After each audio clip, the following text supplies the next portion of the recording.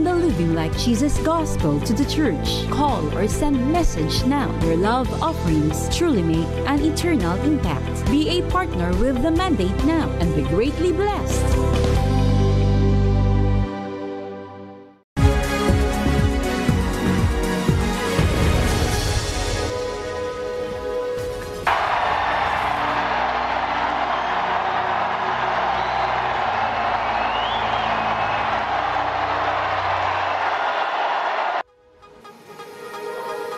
Talaga pong maganda ang gabi dahil Habemus Papa, meron na po tayong bagong Santo Papa.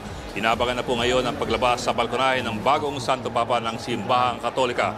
Bandang alas 12 kaninang hating gabi, oras dito sa Pilipinas, nang lumabas ang puting usok mula sa chimenea ng Sistine Chapel.